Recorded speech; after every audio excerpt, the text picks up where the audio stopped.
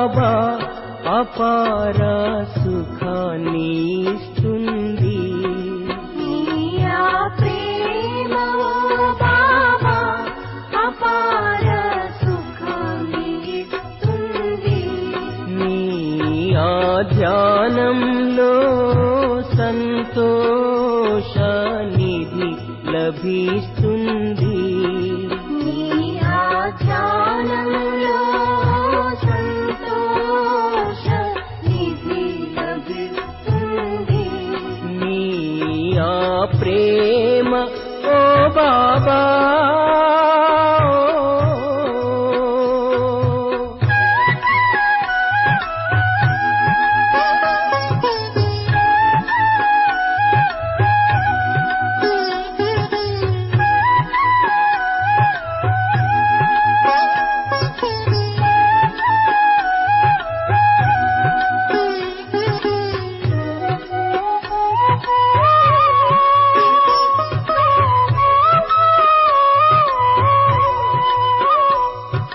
నీ చేతిలో ఎవరు చేయి వేశారో బాబా,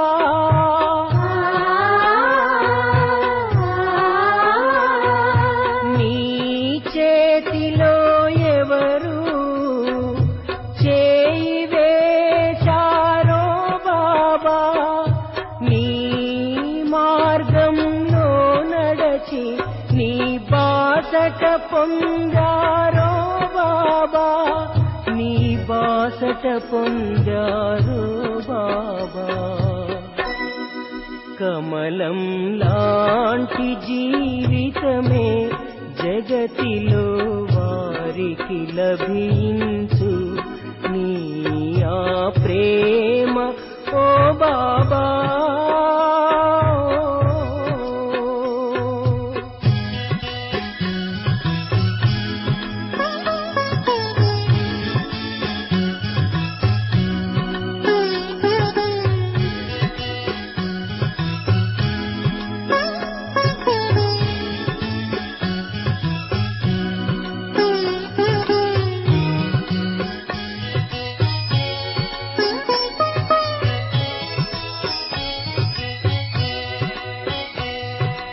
ఎవరి దృష్టి సదా నీపై వారి హృదిలోనే ఉంటావు.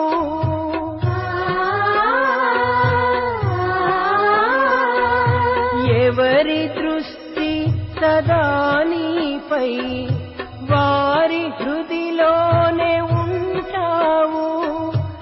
ఎవరి జీవితం పావనమౌనో నీవే ఎప్పుడు కనిపిస్తావు, నీవే ఎప్పుడు కనిపిస్తావు.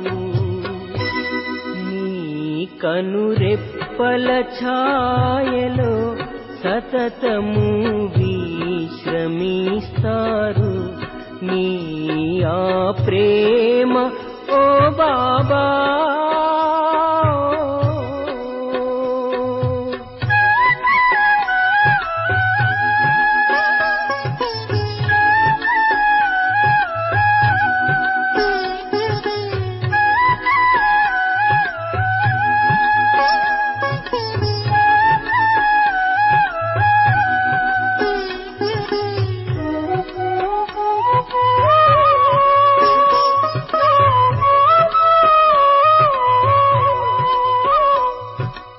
ఎవరికి నీవు లభించావో వారికే నారాయణీ నశా.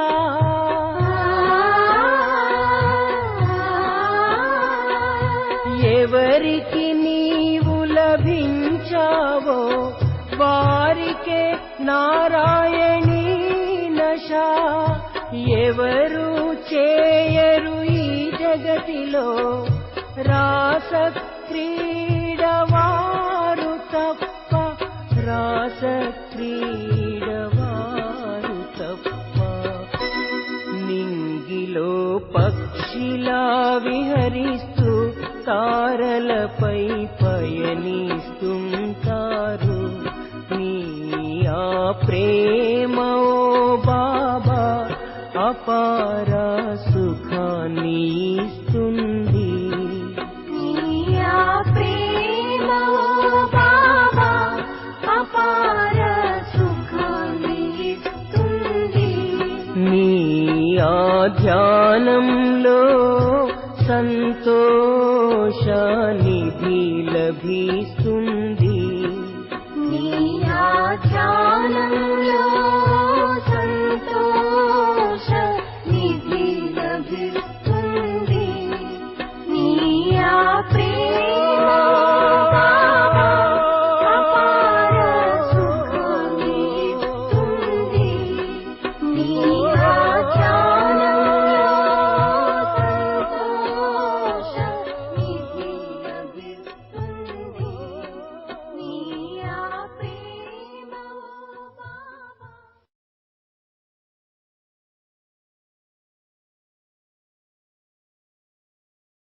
ఓం శాంతి 30/12/2023.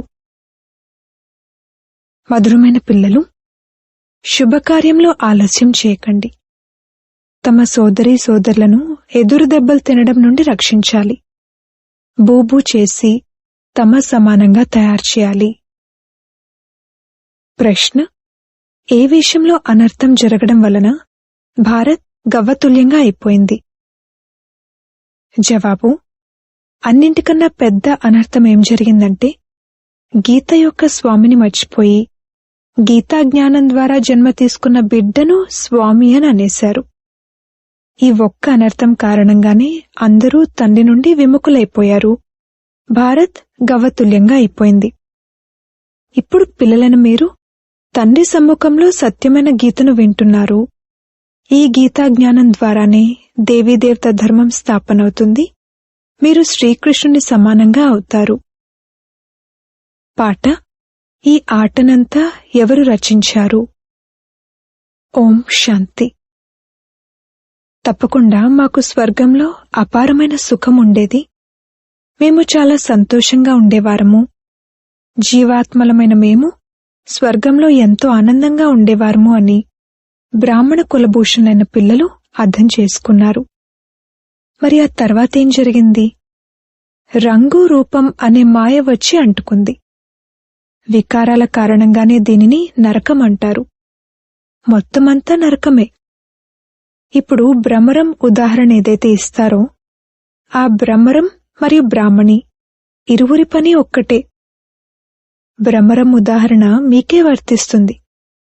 భ్రమరం పురుగులను తీసుకువెళ్తుంది. ఇల్లు తయారు చేసి అందులో పురుగులను వేస్తుంది. ఇది కూడా నరకమే. అందరూ పురుగులే. కాని అన్ని పురుగులు దేవీదేవత ధర్మానికి చెందినవారు కారు. ఏ ధర్మానికి చెందినవారైనా సరే అందరూ నరకవాసులైన పురుగులే. ఇప్పుడు దేవీదేవత ధర్మానికి చెందిన పురుగులెవరు? ఇక్కడ కూర్చుని బూబూ చేస్తున్నవారు ఆ బ్రహ్మవంశీ బ్రాహ్మణీలు అన్నది ఎలా తెలుస్తుంది? ఎవరైతే దేవతా ధర్మానికి చెందినవారో వారే నిలవగలుగుతారు. ఎవరైతే దేవతా ధర్మానికి చెందినవారు కారో వారు నిలవరు. అందరూ నరకవాసులైన పురుగులే. సన్యాసులు కూడా నరకంలోని ఈ సుఖం కాకిరెట్టతో సమానమైనది అని అంటారు. స్వర్గంలో అపారమైన సుఖముండేదని వారికి తెలియదు. ఇక్కడ 5% సుఖం మరియు 95% దుఃఖం ఉన్నాయి. కావున దీనిని స్వర్గమనేమి అనరు. స్వర్గంలోనైతే దుఃఖానికి సంబంధించిన విషయమే ఉండదు.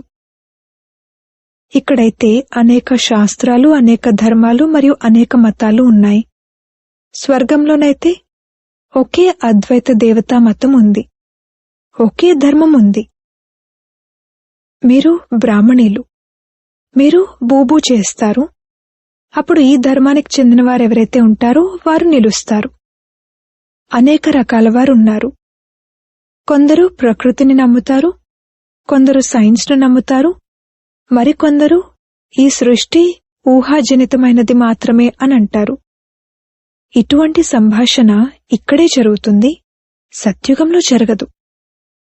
ఈ అనంతమైన తండ్రి ప్రజాపిత బ్రహ్మ ముఖ కమలం ద్వారా తమ పిల్లలకు కూర్చుని అర్థం చేయిస్తారు. మీరు నా వద్ద ఉండేవారు, ఇప్పుడు మళ్ళీ నా వద్దకు రావాలి. ఇందులో శాస్త్రాల ప్రస్తావనేమీ రాదు. క్రైస్ట్ మరియు బుద్ధుడు వస్తారు, వారు కూడా వచ్చి వినిపిస్తారు. ఆ సమయంలో శాస్త్రాలకు సంబంధించిన ప్రస్తావన రాదు. క్రైస్ట్ ఏమైనా బైబిల్ చదివేవారా? బైబిల్ యొక్క ప్రస్తావనే తలెత్తదు. తండ్రి అంటారు, పిల్లలు, మీరు మీ పరిస్థితిని చూడండి. మాయా రావణుడు మీ పరిస్థితిని ఎలా చేసేశాడు. మేము ఆసురీ రావణ సాంప్రదాయానికి చెందినవారము అని భావిస్తారు కూడా. రావణుణ్ణి కాలుస్తారు కాని అతడు కాలడు. రావణుడు కాలడం అనేది ఎప్పుడు సమాప్తమవుతుంది? ఈ విషయం మనుషులకు తెలీదు. మీరు ఈశ్వరీయ దైవీ సంప్రదాయం వారు. మీరు నా పిల్లలు. ఇప్పుడు నేను పిల్లలైన మీకు రాజయోగాన్ని నేర్పించేందుకు మళ్లీ వచ్చాను. అనేక ధర్మాలున్నాయి. వాటి నుండి బయటకు తీయడానికి ఎంత కష్టపడాల్సి వస్తుంది. గీత కూడా ఎక్కడి నుండి వచ్చింది? ఆది సనాతన ధర్మం ఏదైతే ఉండేదో దాని గుర్తులు ఎక్కడి నుండి వెలువడ్డాయి? వాటిని ఋషులు మునులు కూర్చుని తయారు చేశారు. వాటిని ఇప్పటి వరకు వింటూ వచ్చారు. వేదాలను ఎవరు గానం చేశారు? వేదాలకు తండ్రి ఎవరు? తండ్రి అంటారు, గీతా భగవానుణ్ణి నేను. గీతా మాతను రచించింది శివ్ బాబా. ఆ గీత నుండి శ్రీకృష్ణుడు జన్మ తీసుకున్నారు. అతనితో పాటు రాధా మొదలైన వారంతా వస్తారు. మొదట ఉన్నది బ్రాహ్మణులు. వారు మా అతి ప్రియమైన తండ్రి అని పిల్లలైన మీకు నిశ్చయముంది. వారినందరూ ఓ గాడ్ ఫాదర్ దయ చూపించండి అని అంటారు. దుఃఖం నుండి ఎలా విముక్తులవ్వాలి అంటూ భక్తులు పిలుస్తారు. ఒకవేళ భగవంతుడు సర్వ్యాపి అయినట్లయితే ఇక పిలవాల్సిన అవసరమే లేదు. ముఖ్యమైనది గీతకు సంబంధించిన విషయం. ఎన్ని యజ్ఞాలు మొదలైనవి రచిస్తారు? ఇప్పుడు మీరు ఇటువంటి కరపత్రాలను ముద్రించండి. ఇప్పుడు ఎంతటి అనర్థం జరిగిపోయింది. ఎక్కడంటే అక్కడ గీతను రాస్తూ ఉంటారు. గీతను ఎవరు రచించారు, ఎవరు గానం చేశారు, ఎప్పుడు గానం చేశారు, ఎవరు తయారు చేశారు ఏం తెలియదు. శ్రీకృష్ణుని యథార్థ పరిచయం కూడా లేదు. కేవలం ఎక్కడ చూసినా కృష్ణుడే కృష్ణుడు సర్వ్యాపిగా ఉన్నారు అని అంటారు. రాధా భక్తులు రాధ గురించి ఎక్కడ చూసినా రాధే రాధ సర్వ్యాపిగా ఉన్నారు అని అంటారు. అలా ఒక్క నిరాకారుడైన పరమాత్మను మాత్రమే సర్వ్యాపి అన్నా పర్వాలేదు, అందర్నీ ఎందుకు సర్వ్యాపి అనేశారు? గణేశుడి గురించి కూడా సర్వ్యాపి అంటారు. ఒక్క మధురా నగరంలోనే కొందరు శ్రీకృష్ణుడు సర్వ్యాపి అంటే కొందరు రాధ సర్వ్యాపి అంటారు. ఎంత తికమకలో ఉన్నారు. ఒకరి మతం ఇంకొకరితో కలవదు. ఒకే ఇంట్లో తండ్రికున్న గురువు వేరు, కొడుకుకున్న గురువు వేరు. వాస్తవానికి గురువులను వానప్రస్థంలో ఆశ్రయిస్తారు. తండ్రి అంటారు, నేను కూడా ఇతని వానప్రస్థావస్థలో వచ్చాను. ప్రపంచంలో ఎవరు ఎంత పెద్ద గురువైతే అతనికి అంత నష ఉంటుంది. ఆదిదేవ్కు మహావీర్ అన్న పేరును కూడా ఇచ్చారు. హనుమంతుణ్ణి కూడా మహావీర్ అంటారు. మహావీరులు శక్తులైన మీరే. దిల్వాడ మందిరంలో శక్తులను సింహంపై స్వారీ చేస్తున్నట్లు చూపిస్తారు, మరియు పాండవులను ఏనుగులపై స్వారీ చేస్తున్నట్లు చూపిస్తారు. ఆ మందిరం చాలా యుక్తిగా తయారు చేయబడింది. అది అచ్చంగా మీ స్మృతి చిహ్నమే. మీ చిత్రాన్ని చూపించేందుకు మీరు ఆ సమయంలో ఉండరు. మందిరాలు ద్వాపరంలో తయారయ్యాయి, కావున మీ చిత్రాలు ఎక్కడి నుండి వస్తాయి? సేవైతే మీరు ఇప్పుడు చేస్తున్నారు. విషయాలన్నీ ఈ సమయానికి చెందినవే. వారు శాస్త్రాలు తర్వాత తయారు చేశారు. ఒకవేళ మనం గీత పేరును ప్రస్తావించకపోతే ఇది ఏ కొత్త ధర్మమో తెలియదు అని మనుషులు భావిస్తారు. ఎంతగా కష్టపడాల్సి ఉంటుంది. వారు ఈ ప్రపంచంలో కేవలం ధర్మస్థాపన చేస్తారు. మిమ్మల్నైతే తండ్రి కొత్త ప్రపంచం కొరకు తయారు చేస్తున్నారు. తండ్రి అంటారు, నా వంటి కర్తవ్యాన్ని ఎవ్వరూ చేయలేరు. పతితులందర్నీ పావనంగా తయారు చేయవలసి ఉంటుంది. ఇప్పుడు పిల్లలైన మీరు వార్నింగ్ ఇవ్వాల్సి ఉంటుంది. భారత్లో ఎంతటి అనర్థం జరిగింది. దాని కారణంగానే భారత్ గవ్వతుల్యంగా అయింది. తండ్రి గీతామాత ద్వారా శ్రీకృష్ణునికి జన్మనిచ్చారు. వారేమో శ్రీకృష్ణుణ్ణి గీతకు స్వామిగా చేసేశారు. గీతకు స్వామి శివుడు. వారు గీత ద్వారా శ్రీకృష్ణుడికి జన్మనిచ్చారు. మీరందరూ సంజయులు. వినిపించేవారు ఒక్క శివబాబాయే. ప్రాచీన దేవీదేవత ధర్మాన్ని రచించేవారెవరు? ఈ విషయాలన్నింటినీ రాయడానికి బుద్ధి కావాలి. గీత ద్వారా మనం జన్మ తీసుకుంటున్నాము. మమ్మ రాధగా మరియు వీరు శ్రీకృష్ణునిగా అవుతారు. ఇవి గుప్తమైన విషయాలు కదా. బ్రాహ్మణుల జన్మను ఎవ్వరూ అర్థం చేసుకోలేరు. ఇది శ్రీకృష్ణుడు మరియు పరమాత్మకు సంబంధించిన విషయం. బ్రహ్మ, శ్రీకృష్ణుడు మరియు శివబాబా, ఈ విషయాలన్నీ గుహ్యమైనవి కదా. ఈ విషయాలను అర్థం చేసుకునేవారు చాలా వివేకవంతులై ఉండాలి. ఎవరి యోగమైతే పూర్తిగా ఉంటుందో వారి బుద్ధి పారసంగా అవుతూ ఉంటుంది. భ్రమించేవారి బుద్ధిలో ఇది నిలవదు.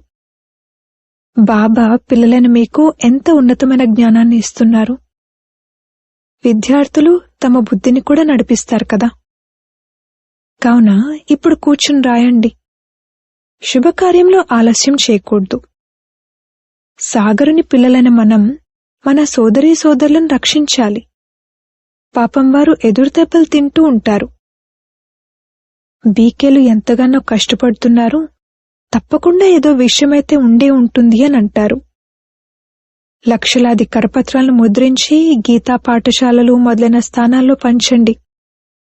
భారత్ అవినాశీ ఖండం మరియు సర్వోత్తమ తీర్థస్థానం. ఏ తండ్రి అయితే అందరికీ సద్గతినిస్తారో వారి తీర్థస్థానాన్ని మాయం చేసేశారు. కావున మళ్లీ వారి పేరును ప్రఖ్యాతం చేయాలి. పుష్పాలను అర్పించేందుకు యోగ్యమైన వారు ఒక్క శివుడే. మిగిలిందంతా వ్యర్థమే. గీతా పాఠశాలలు ఎన్నో ఉన్నాయి. మీరు వేషాన్ని మార్చుకుని అక్కడికి వెళ్ళండి. అప్పుడు వీరు బీకేలేమో అని భావిస్తారు. ఇటువంటి ప్రశ్నలను ఇంకెవ్వరూ అడగలేరు. అచ్చా, శివబాబా కూర్చుని బ్రహ్మ తను ద్వారా ఈ విషయాలను అర్థం చేయిస్తారని మీరు భావిస్తారు. ఏ బాబా అయితే స్వర్గాధిపతులుగా తయారు చేస్తారో వారిప్పుడు వచ్చారు. ఎప్పటి వరకైతే బ్రాహ్మణులుగా అవ్వరో అప్పటి వరకు దేవతలుగా అవ్వలేరు. బ్రాహ్మణ కులం దేవతల కన్నా ఉన్నతమైనది. అందరి ఆత్మ పావనంగా అవుతుంది. మీరు మళ్లీ కొత్త ప్రపంచంలో పునర్జన్మ తీసుకుంటారు. అచ్చా, మధురాతి మధురమైన సిక్కిలదే పిల్లలకు మాతా పితా బాప్దాదాల ప్రియస్మృతులు మరియు గుడ్ మార్నింగ్. ఆత్మిక పిల్లలకు ఆత్మిక తండ్రి నమస్తే. రాత్రి క్లాస్ 12/1/69. పిల్లలైన మీరు ఒక్క తండ్రి స్మృతిలో కూర్చున్నారు. ఒక్కరి స్మృతిలో ఉండడం దీనినే అవ్యభిచారీ స్మృతి అంటారు. ఒకవేళ ఇక్కడ కూర్చుని ఉన్నా ఇంకెవరి స్మృతి అయినా కలిగితే దానిని వ్యభిచారీ స్మృతి అంటారు. తినడం, తాగడం, ఉండడం అనేది ఒక ఇంట్లో ఉన్నవారితో చేస్తూ స్మృతి మరొకరిని చేయడం అంటే అది మోసమవుతుంది. భక్తి కూడా ఎప్పటి వరకైతే ఒక్క శివబాబాకు చేస్తారో అప్పటి వరకు అది అవ్యభిచారీ భక్తి. తర్వాత ఇతరులను స్మృతి చేయడం అనేది వ్యభిచారీ భక్తి అవుతుంది. ఇప్పుడు పిల్లలను మీకు జ్ఞానం లభించింది. ఒక్క తండ్రి ఎంత అద్భుతం చేస్తారు. మనల్ని విశ్వాధిపతులుగా చేస్తారు. కావున ఆ ఒక్కరినే స్మృతి చేయాలి. నాకైతే ఒక్కరే ఉన్నారు. కాని పిల్లలు శివబాబా స్మృతిని మర్చిపోతున్నాము అని అంటారు. వాహ, భక్తి మార్గంలోనైతే మేము ఒక్కరికే భక్తి చేస్తాము అని అనేవారు. వారే పతిత పావనుడు, ఇంకెవ్వర్నీ పతిత పావనుడు అని అనడం జరగదు.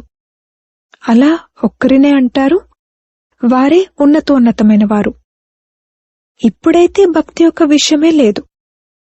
పిల్లలకు జ్ఞానముంది, జ్ఞానసాగరుణ్ణి స్మృతి చేయాలి. మీరొస్తే మేం మిమ్మల్ని స్మృతి చేస్తాము అని భక్తి మార్గంలో అంటారు. కావున ఈ విషయాలను గుర్తు చేసుకోవాలి. ప్రతి ఒక్కరూ తమను తాము ప్రశ్నించుకోవాలి, మేము ఒక్క తండ్రినే స్మృతి చేస్తున్నామా, లేక అనేక మిత్ర సంబంధికులు మొదలైన వారిని స్మృతి చేస్తున్నామా? ఒక్క తండ్రితోనే మనసు పెట్టుకోవాలి. ఒకవేళ మనసు ఇంకెటువైపైనా వెళ్తే స్మృతి వ్యభిచారి అవుతుంది. తండ్రి అంటారు, పిల్లలు నన్నొక్కరినే స్మృతి చేయండి. మళ్ళీ అక్కడ మీకు దైవీ సంబంధికులు లభిస్తారు. కొత్త ప్రపంచంలో అందరూ కొత్తవారు లభిస్తారు. కావున మేము ఎవరిని స్మృతి చేస్తున్నాము అని మిమ్మల్ని మీరు పరిశీలించుకోండి. తండ్రి అంటారు, మీరు పారలౌకిక తండ్రినైన నన్ను స్మృతి చేయండి. నేనే పతిత పావనుణ్ణి. ప్రయత్నించి ఇతర వైపుల నుండి బుద్ధియోగాన్ని తొలగించి తండ్రిని స్మృతి చేయాలి. ఎంతగా స్మృతి చేస్తారో అంతగా పాపాలు తొలగుతాయి. ఎంతగా మనం స్మృతి చేస్తామో అంతగా బాబా కూడా స్మృతి చేస్తారు అని కాదు. బాబా ఏమైనా పాపాలను తొలగించుకునేదుందా? ఇప్పుడు పావనంగా అయ్యేందుకు మీరిక్కడ కూర్చున్నారు. శివ్ బాబా కూడా ఇక్కడే ఉన్నారు. వారికి తమదంటూ శరీరమైతే లేదు. వారు అప్పుగా తీసుకున్నారు. మీరు తండ్రితో ప్రతిజ్ఞ చేసి ఉన్నారు, బాబా మీరొచ్చినట్లయితే మేం మీ వారిగా అయి కొత్త ప్రపంచానికి యజమానులుగా అవుతాము. మీ హృదయాన్ని ప్రశ్నించుకుంటూ ఉండండి. బుద్ధియోగపు లింక్ గడియ గడియ తండ్రి నుండి తెగిపోతుంది అని అయితే మీకు తెలుసు. లింక్ తెగిపోతుంది, మళ్లీ స్మృతి చేస్తారు, మళ్లీ తెగిపోతుంది అని తండ్రికి తెలుసు. పిల్లలు నంబర్ వారుగా పురుషార్థమైతే చేస్తారు. మంచి రీతిలో స్మృతిలో ఉన్నట్లయితే ఈ వంశంలోకొచ్చేస్తారు. మిమ్మల్ని మీరు పరిశీలించుకుంటూ ఉండండి. డైరీ పెట్టుకోండి. మొత్తం రోజంతట్లో మా బుద్ధియోగం ఎక్కడెక్కడికి వెళ్ళింది. అప్పుడు తండ్రి అర్థం చేయిస్తారు. ఆత్మలో మనస్సు బుద్ధి ఏవైతే ఉన్నాయో అవి పరిగెడుతూ ఉంటాయి. తండ్రి అంటారు, అలా పరిగెత్తడం వలన నష్టం కలుగుతుంది. నన్ను స్మృతి చేయడం వలన ఎంతో లాభముంది. మిగిలిందంతా నష్టమే నష్టం. ముఖ్యంగా ఒక్కరినే స్మృతి చేయాలి. మీ విషయంలో మీరు జాగ్రత్త వహించాలి. అడుగడుగులోనూ లాభం, అడుగడుగులోనూ నష్టం ఉంటుంది. 84 జన్మలు దేహదారులు స్మృతి చేస్తూ నష్టాన్నే పొందారు. ఒక్కొక్క రోజు గడుస్తూ 5000 సంవత్సరాలు గడిచిపోయాయి. నష్టమే కలిగింది. ఇప్పుడు తండ్రి స్మృతిలో ఉంటూ లాభం పొందాలి. ఈ విధంగా విచారసాగర మంతనం చేసి జ్ఞానరత్నాలను వెలికితీయాలి. తండ్రి స్మృతిలో ఏకాగ్రచిత్తులై నిమగ్నం అవ్వాలి. కొందరు పిల్లలకు గవ్వలు సంపాదించాలనే చింత ఉంటుంది. మాయ వ్యాపారాలు మొదలైన వాటి ఆలోచనలను తీసుకొస్తుంది. ధనవంతులకైతే ఎన్నో ఆలోచనలు వస్తాయి. బాబా ఏం చేయగలరు? బాబాకెంత మంచి వ్యాపారం ఉండేది. ఎదురు దెబ్బలు మొదలైనవి తినాల్సిన అవసరమే ఉండేది కాదు. ఎవరైనా వ్యాపారి వస్తే నేను అడిగేవాణ్ణి, నీవు వ్యాపారివా లేక ఏజెంటువా అని. గత జీవితంలోని విషయం. మీరు వ్యాపారాలు మొదలైనవి చేస్తూ బుద్ధియోగాన్ని తండ్రితో జోడించాలి. ఇప్పుడు కలియుగం పూర్తయి సత్యుగం వస్తుంది. పతితులు సత్యుగంలోకి వెళ్లనే వెళ్లరు. ఎంతగా స్మృతి చేస్తారో అంతగా పవిత్రంగా అవుతారు. పవిత్రత వలన ధారణ బాగా జరుగుతుంది. పతితులు స్మృతి చేయలేరు, అలాగే ధారణ జరగదు. కొందరికి భాగ్యమనుసారంగా సమయం లభిస్తుంది, పురుషార్థం చేస్తారు. కొందరికి సమయమే లభించదు, అసలు స్మృతే చెయ్యరు. కల్పకృతం ఎవరెంత ప్రయత్నించారో అంతే ప్రయత్నిస్తారు. ప్రతి ఒక్కరూ తమ విషయంలో తాము కష్టపడాలి. సంపాదనలో నష్టం కలిగితే ఇంతకు ముందు ఈశ్వరుడి ఇష్టమననేవారు, ఇప్పుడేమో డ్రామా అనంటారు. కల్పకృతం ఏదైతే జరిగిందో అదే జరుగుతుంది. ఇప్పుడు 4 గంటలు స్మృతి చేస్తే మరుసటి కల్పంలో ఎక్కువగా చేస్తారని కాదు. అలా కాదు, శిక్షణ ఇవ్వడం జరుగుతుంది. ఇప్పుడు పురుషార్థం చేస్తే కల్పకల్పము మంచి పురుషార్థం జరుగుతుంది. కావున చెక్ చేసుకోండి, బుద్ధి ఎక్కడెక్కడికి వెళ్తుంది. మల్లయుద్ధంలో చాలా జాగ్రత్త వహిస్తారు. అచ్చా, ఆత్మిక పిల్లలకు ఆత్మిక బాప్దాదాల ప్రియస్మృతులు. Good night. ధారణ కొరకు ముఖ్య సారము. మొదటి పాయింట్, వివేకవంతులుగా అయ్యేందుకు స్మృతి ద్వారా తమ బుద్ధిని పారసంలా తయారు చేసుకోవాలి. బుద్ధిని అటు ఇటు భ్రమింపజేయకూడదు. తండ్రి ఏదైతే వినిపిస్తారో దాని గురించి ఆలోచించాలి. రెండవ పాయింట్, భ్రమరంలా అయి బోబూ చేసి నరకవాసులుగా అయిన పురుగులను దేవీ దేవతలుగా తయారు చేసే సేవను చేయాలి. శుభకార్యంలో ఆలస్యం చేయకూడదు. తమ సోదరీ సోదరులను రక్షించాలి. వరదానము, సమానతా భావననుంచుతూ కూడా ప్రతి అడుగులోనూ విశేషతను అనుభవం చేయించే విశేషాత్మ భవ.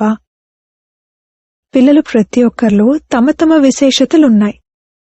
విశేషాత్మల కర్మలు సాధారణాత్మల కన్నా భిన్నంగా ఉంటాయి. ప్రతి ఒక్కరి పట్ల సమానతా భావననే ఉంచాలి. కాని వీరు విశేషాత్మలు అన్నది కనిపించాలి. విశేషాత్మలు అనగా విశేషంగా చేసేవారు, అంతేకాని కేవలం మాట్లాడేవారు కాదు. వారి ద్వారా అందరికీ వీరు స్నేహం యొక్క భాండాగారం అన్న ఫీలింగ్ కలుగుతుంది. ప్రతి అడుగులోనూ ప్రతి దృష్టిలోనూ స్నేహం అనుభవం అవ్వాలి. ఇదే కదా విశేషత. స్లోగన్, ఈ సృష్టి వినాశనం కన్నా ముందే మీ లోపాలను మరియు బలహీనతలను వినాశనం చేయండి. ఓం శాంతి.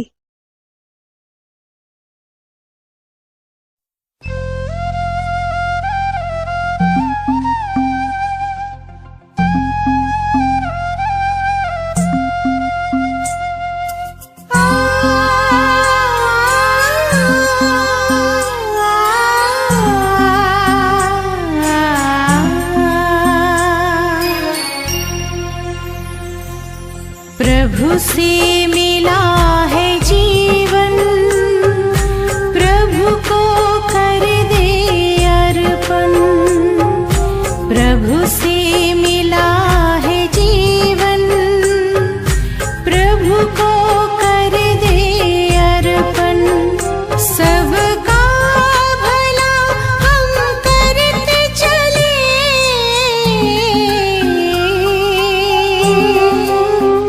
सबका भला हम करते चले। हर्षित हो धरा गगन, बस उसका कहना माने, फिर सब कुछ वो ही जाने। बस उसका कहना माने, फिर सब कुछ वो ही जाने। प्रभु से मिला है जीवन, प्रभु को कर दे अर्पण।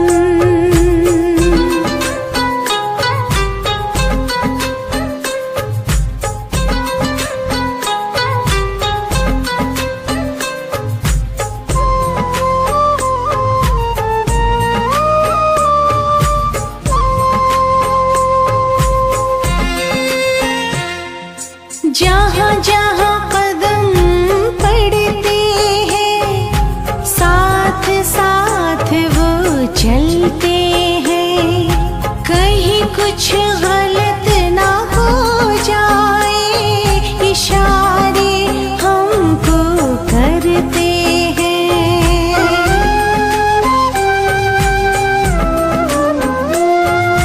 जहाँ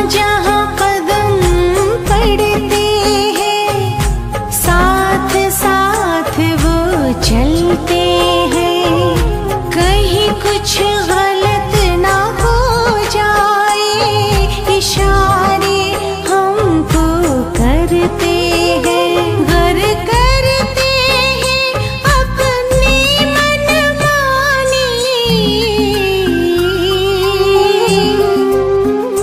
गर करते हैं अपनी मनमानी, बढ़े फिर उलझन, बस उसका कहना माने, फिर सब कुछ वो ही जाने। प्रभु से मिला ये जीवन, प्रभु को कर दे अर्पण।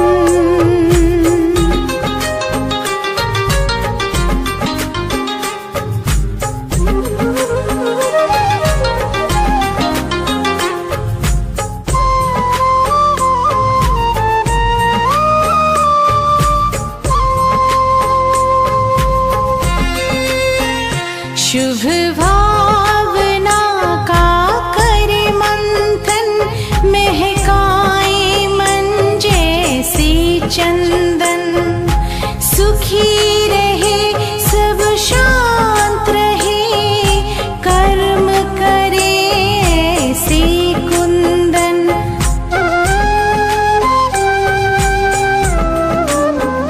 शुभ भावना का कर मंथन, महकाए मन जैसे चंदन, सुखी रहे सब शांत रहे, कर्म करे ऐसे कुंदन। घर पाना है मन की शांति,